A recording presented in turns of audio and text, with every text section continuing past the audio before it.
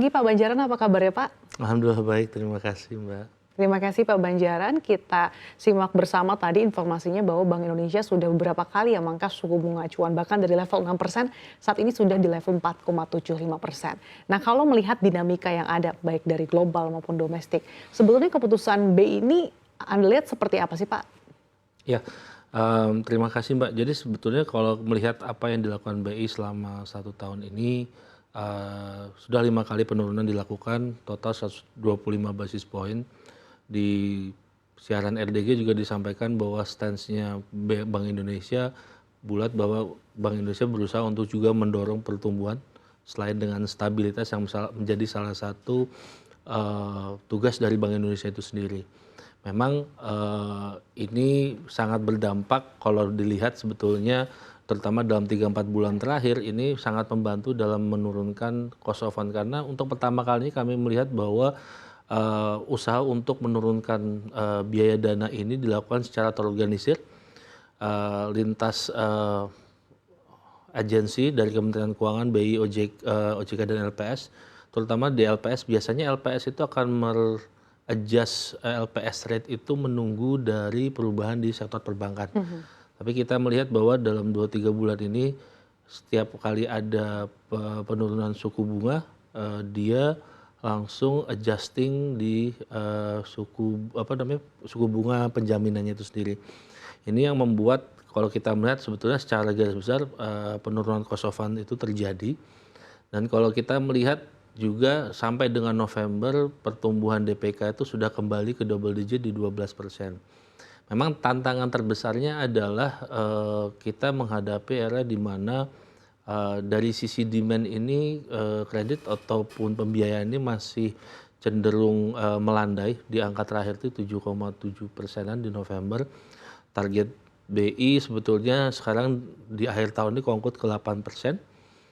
Dan ini saya rasa masih achievable di ruang waktu yang ada, given kalau memang tadi di semua sektor atau semua elemen itu juga berkontribusi ke sana. Nah, sedikit catatan yang harus kita pahami adalah memang kita itu di tahun ini memang menghadapi bisa dibilang pelemahan di sisi permintaan itu sendiri, dan itu memang dibaca oleh dunia usaha. Ya. Dan kalau kita melihat posisi dunia usaha ini, even dari Oktober 2024, kami memang merefer kepada pertumbuhan kredit atau pembiayaan modal kerja itu dari double digit turun terus sampai ke low single digit. Itu memberikan message di mana kalau modal kerja ini kan terkait dengan produksi ya, business as usual. Masih dilakukan produksi itu, tapi ada mungkin kayak kecenderungan untuk menahan ekspansi. Oke. Nah, makanya kalau dalam konteks ini PR kita bersama mungkin yang kita pelajari dari 2025 dan mungkin masih akan dihadapi di 2026 adalah bagaimana kita bisa memperbaiki psikologi swasta, psikologi pengusaha untuk melihat bahwa di ekonomi kita tuh masih promising, masih ada peluang di sana. Karena tadi sikap wait and see ini tercermin kalau teman-teman lihat misalnya di 10 emiten terbesar terutama yang masih orientasinya komoditi, dia cash holding ratio-nya luar biasa. Dan memang konteksnya mereka juga dihadapi dengan tantangan mungkin di luar kelapa sawit ya.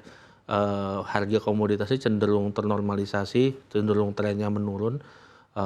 Pelemahan di Cina itu kontribusi, trade war itu berkontribusi. Nah, kita sama-sama harus berpikir bagaimana kita bisa mendorong swasta untuk lebih agresif melihat peluang, baik mungkin tadi kalaupun tidak di luar negeri, di dalam negeri itu sendiri. Jadi saya melihat bahwa ada keperluan untuk usaha bersama bagaimana mendorong sektor swasta ini untuk lebih agresif, untuk lebih forward looking, bisa dibilang men-seize opportunity yang available di tahun depan, seperti itu. Sehingga pelaku usaha juga lebih percaya diri ya dalam melakukan ekspansi. Artinya terkait dengan permintaan kredit baik tadi dari modal kerja yang turun, ini menjadi memperlihatkan bahwa makanya kenapa transmisi dari pemangkasan suku bunga yang sudah dilakukan BI 125 basis point ini belum tercermin secara signifikan ya Pak di sektor real. Ya, Kalau kami sebetulnya dari awal tahun itu melihat memang cycle kita itu dalam penurunan nanti kita betting on September Oktober. Kenapa? Karena kalau melihat tren trajectory dari perekonomian kita tuh kan cyclical ya. Kalau cycle puncak dari penjualan terutama di retail tuh di kuartal 1, ini berkaitan dengan momen lebaran. Kuartal 2 cenderung menurun, kuartal 3 itu where seasonality itu mungkin bisa dibilang missing. Nanti di kuartal 3, kuartal 4 sampai dengan kuartal 1 tahun berikutnya itu dia relatif menanjak lagi retail sales. Ini terbukti kalau melihat data retail sales tahun ke tahun dan sampai dengan terakhir itu juga dibantu sebetulnya ada sedikit beberapa indikator perbaikan di mana kalau melihat di data September Oktober penjualan motor itu membaik. Penjualan mobil sempat membaik, termoderasi, tapi itu cukup memberikan angin segar bahwa tadi permintaan itu mulai ada. Karena kan kalau kita melihat pembelian motor, pembelian mobil itu sebenarnya komitmen jangka pendek ya 3-5 tahun. Harga rumah di Jabodetabek itu di Oktober recover, itu sebenarnya menandakan adanya gairah di perekonomian sebetulnya, terutama on the demand side.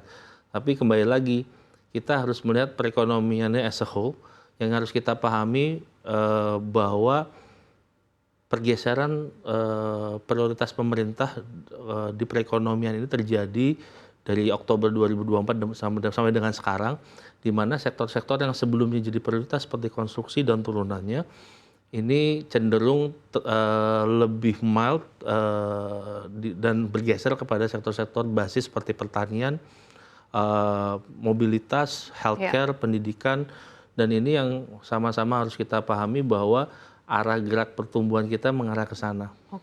Nah, side note adalah ada proyek lainnya di luar ini yang sudah berlangsung dari 10 tahun sebelumnya terkait hilirisasi. Ini masih menjadi challenge. Kenapa? Kalau kita melihat memang ada pertumbuhan signifikan misalnya di industri logam dasar di kuartal 3 sekitar 20%, tapi jangan lupa bahwa industri ini trickle down-nya relatifly terbatas, penyerapan tenaga kerjanya juga relatifly terbatas. Jadi kita sama-sama harus memikirkan bagaimana tadi selain menggerakkan swasta, kita juga harus menggerakkan sektor-sektor yang bisa menyerap tenaga kerja. Saya mau garis bawahi bahwa efek dari pandemi itu masih tersisa sampai dengan sekarang. Saat pandemi itu yang kita harus sama-sama pahami bahwa ada penurunan orang bekerja, bergeser kepada bekerja tidak dibayar dan bekerja sendiri, rata-rata ke gig ekonomi. Sekarang sudah mulai kembali ke arah 40% dari angkatan kerja kita, tapi yang harus sama kita pahami bahwa kalau orang-orang di gig ekonomi, orang-orang bekerja tidak dibayar, itu kan sebenarnya sektor informal. Bekerja sektor formal.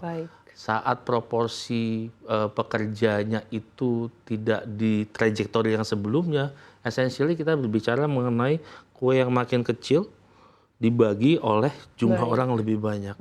Nah, makanya usaha kita bersama adalah bagaimana mendorong terciptanya lapangan pekerjaan, usaha bersama, tanggung jawab pemerintah dan sektor swasta, karena tadi uangnya itu ada, liquidity itu tersedia.